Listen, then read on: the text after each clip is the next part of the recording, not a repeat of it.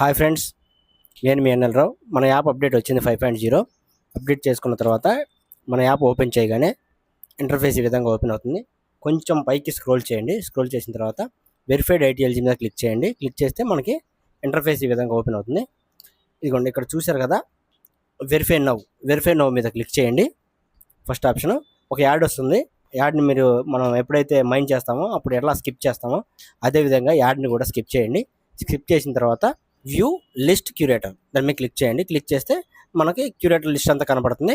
మన ఇష్టం వచ్చిన వాళ్ళని సెలెక్ట్ చేసుకొని మనం అప్లై చేసుకోవాలి.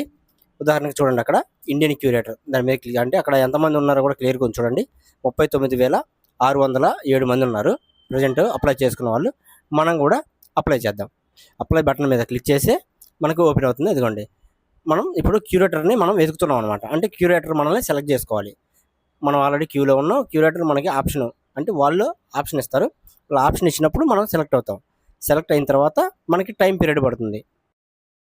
ఇప్పుడు క్యూ లైన్ చాలా పెద్దగా ఉంది కాబట్టి నేను వెరిఫికేషన్ చేసుకున్నాను అనమాట. అందుకని క్యాన్సిల్ కొడుతున్నాను. క్యాన్సిల్ కొట్టాక కన్ఫర్మ్ వస్తుంది. కన్ఫర్మ్ కొట్టండి, క్యాన్సిల్ అయిపోతుంది.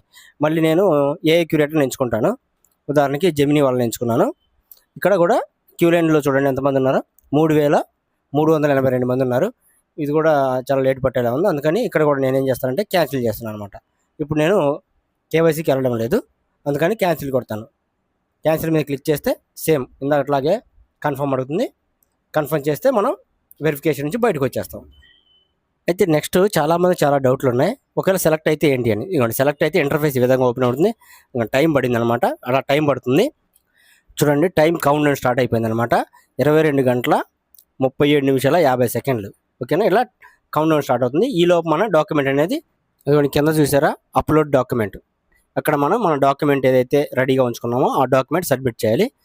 అప్పుడు step by step process start అవుతుంది. నేను వీడియోలో ఆల్రెడీ నిన్న చెప్పాను కదా, ఆ వీడియో ప్రకారం ఆప్షన్స్ ఉండొచ్చు. ఏమైనా మార్పులు చేర్పులు ఉంటే ఎవరైనా వెరిఫై చేసుకున్న వాళ్ళు కింద కామెంట్లో రాయండి. Okay friends, thank you so much.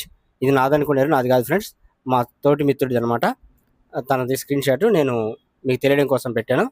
Okay friends, thank you so much. Okay friends, ఉంటాను. మీకు నచ్చితే నా ఇన్స్టా పేజీ ఫాలో అవ్వండి. లేటెస్ట్ అప్డేట్స్ అన్నీ మన ఇన్స్టాలో వస్తాయి. ప్లస్ నా యూట్యూబ్ ఛానల్ కూడా వస్తాయి. మీకు నచ్చితే నా యూట్యూబ్ ఛానల్ కూడా సబ్స్క్రైబ్ చేయండి. Thank you so much. మరో మంచి వీడియోతో మళ్ళీ కలుస్తున్నాం. అప్పటివరకు ఉంటాను. Bye bye. జై హింద్.